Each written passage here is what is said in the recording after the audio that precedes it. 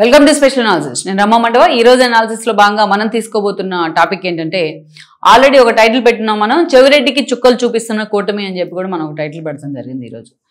ఈరోజు మద్యం సిండికేట్ వ్యవహారంలో, మద్యం మాఫియా వ్యవహారంలో చెవిరెడ్డి 38గా ఉన్నారు.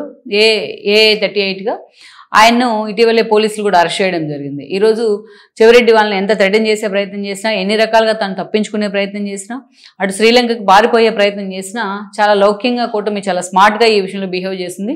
సో చెవిరెడ్డిని మొత్తానికైతే అరెస్ట్ చేసి ఆయన్ని జైలుకు పంపించే ప్రయత్నం అయితే జరుగుతూ ఉంది. ఆయన ఆల్రెడీ రిమాండ్కి కూడా ఇస్తున్న పరిస్థితి ఉంది. అయితే ఇక్కడే ఒక ట్విస్ట్ ఏంటంటే, ఆ స్థాయిలో చెవిరెడ్డి మీద ఎందుకు కూటమి సర్కార్ ఫోకస్ పెట్టింది. ఈరోజు చూస్తే ఆయన 38గా ఉన్నారు. చాలా మంది టాప్ టు బాటం ఇప్పటికే దాంట్లో అరెస్ట్ కావడం జరిగింది. ఎప్పుడైతే లిక్కర్ మాఫియా వ్యవహారం మీద ఏపీ సర్కార్ ఫోకస్ పెట్టిందో అప్పటి నుంచి కూడా అనేక కీలక పరిణామాలు జరిగాయి.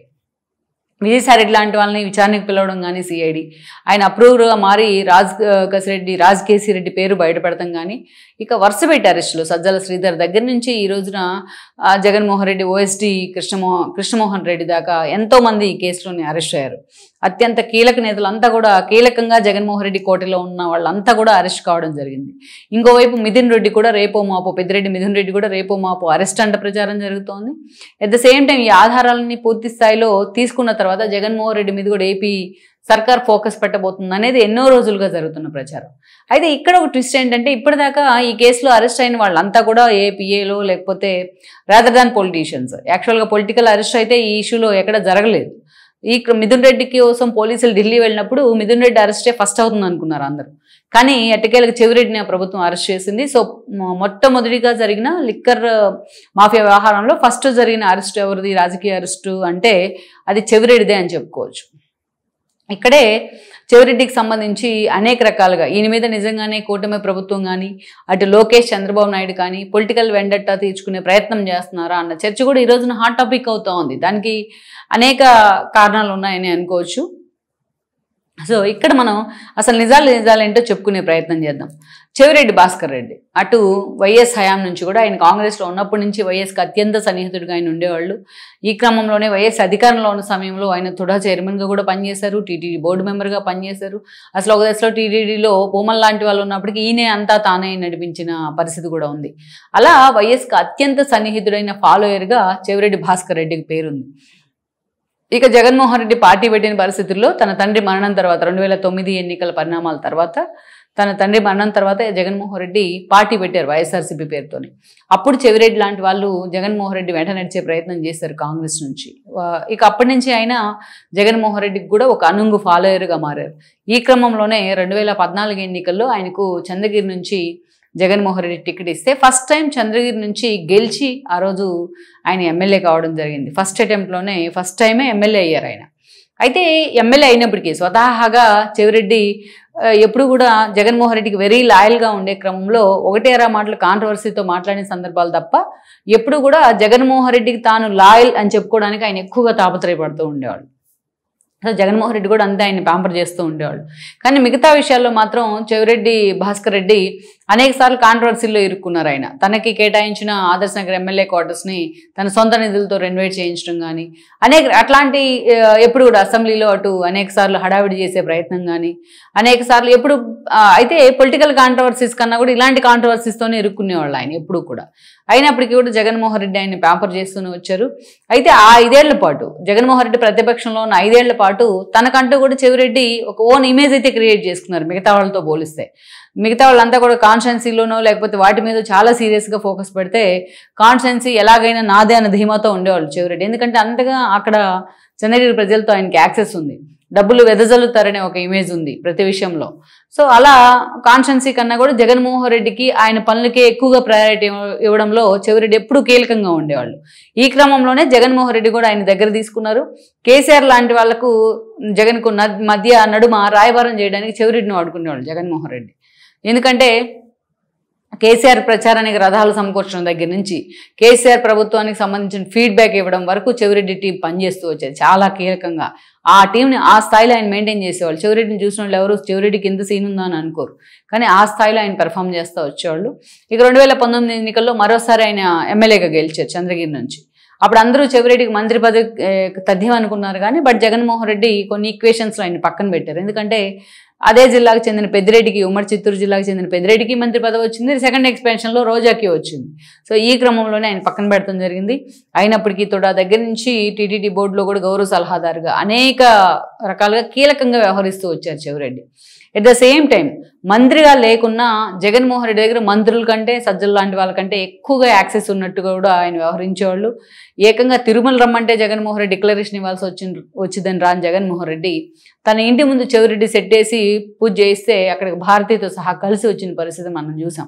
అలా చెవిరెడ్డి అటు అత్యంత సన్నిహితంగా మారారు జగన్కి అండ్ భారతీకి మధ్య. ఈ క్రమంలోనే అటు కేసీఆర్ కూడా అత్యంత సన్నిహితంగా మారారు. టీఆర్ఎస్ ప్రభుత్వానికి కూడా అవసరమైనప్పుడల్లా కూడా ఆయన పార్టీ తరపున అనేక రకాల కార్యక్రమాల్లో పాల్గొంటూ వచ్చారు. తన టీంని పెట్టి సర్వేలు చేయించారు. నాగార్జున సాగర్ ఉప ఎన్నిక దగ్గర నుంచి అనేక చోట్ల ఆయన తన ప్రచార రథాలను కూడా ఇచ్చేశారు కేసీఆర్ అండ్ టీంకి. అలా చెవిరెడ్డి అత్యంత సన్నిహితుడైన నేతగా మారారు. జగన్ ఎమర్జ్ అయ్యారు. అసలు సజ్జల లాంటి వాళ్ళు పేరుకి సలహాదారుగా ఉన్నా బట్ చెవిరెడ్డి మాత్రం అనేక రకాలుగా దీంట్లో ఇన్వాల్వ్ అయిన పరిస్థితి ఉంది. జగన్మోహన్ రెడ్డి టీంలో కోర్ టీంలో అత్యంత కీలక వ్యక్తిగా మారారు చెవిరెడ్డి. అయితే ఎట్ ద సేమ్ టైం ఆయన ఆ స్థాయిలో అసెంబ్లీలో నోరు బారేసుకున్న సందర్భము, ఒక రోజు ఆ తరహాలోనూ కొడాల నాని తరహాలోనూ అంత యారగెంట్గా బిహేవ్ చేసిన సందర్భాన్ని అయితే మనం చూడం.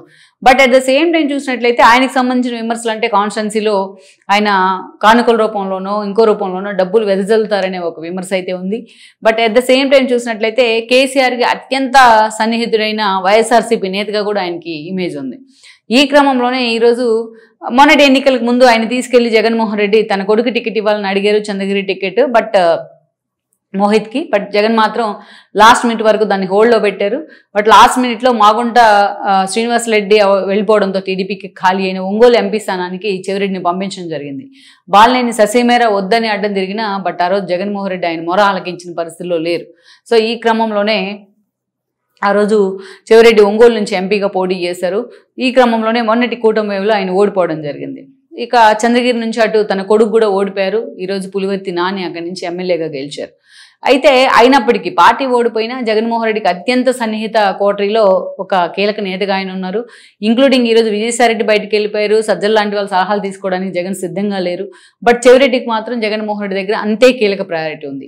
అలాంటి సిచ్యువేషన్లో ఈరోజు చెవిరెడ్డిని అరెస్ట్ చేయడం జరిగింది A38గా మద్యం సిండికేట్ వ్యవహారంలో. అయితే ఇక్కడ ప్రద్యుమ్న లాంటి వాళ్ళ పేర్లు కానీ చెవిరెడ్డికి సంబంధించిన డబ్బులు ఎలక్షన్ సమయంలో దొరకడం కానీ ప్రకాశం జిల్లాలో ఇవన్నీ కూడా మనకు తెలుసు. సో వీటన్నిటికి సంబంధించి ఈ మొత్తం ఈ తీగలాగే ప్రయత్నం జరుగుతూ ఉంది సిఐడి వైపు నుంచి.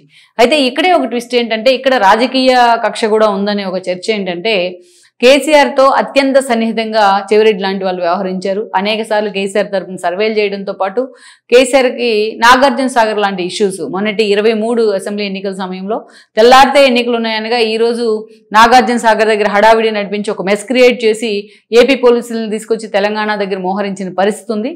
ఈ టోటల్ ఎపిసోడ్కి చెవిరెడ్డే కారణం అన్న విమర్శ అప్పటి నుంచే ఉంది. అంతేకాదు షర్మిల లేటెస్ట్గా ఒక బాంబు పేల్చారు. ఏదైతే కేసీఆర్ ముఖ్యమంత్రిగా ఉన్న సమయంలో తన ఫోన్ కూడా ట్యాప్ చేయబడింది, చంద్రబాబు నాయుడు పవన్ కళ్యాణ్ ఫ్యామిలీ మెంబర్స్ ఫోన్లు కూడా ట్యాప్ చేయబడ్డాయి అనేసి. సో అట్లాంటి విషయాల్లో కూడా చెవిరెడ్డి చాలా కీలకంగా వ్యవహరించారు.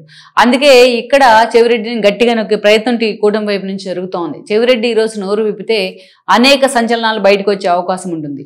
పేరుకు మద్యం మాఫియా అనే విషయంలో ఈరోజు చెవిరెడ్డి లాంటి వాళ్ళు అరెస్ట్ అయినా ఈరోజు చెవిరెడ్డి కేంద్రంగా అనేక కీలక పరిణామాలు ఆయన చేతి మీద నుంచే జరుగుతూ వచ్చాయి. అందుకే కూటమి సర్కార్ అంత కీన్గా చెవిరెడ్డి మీద ఫోకస్ పెట్టే ప్రయత్నం చేసింది.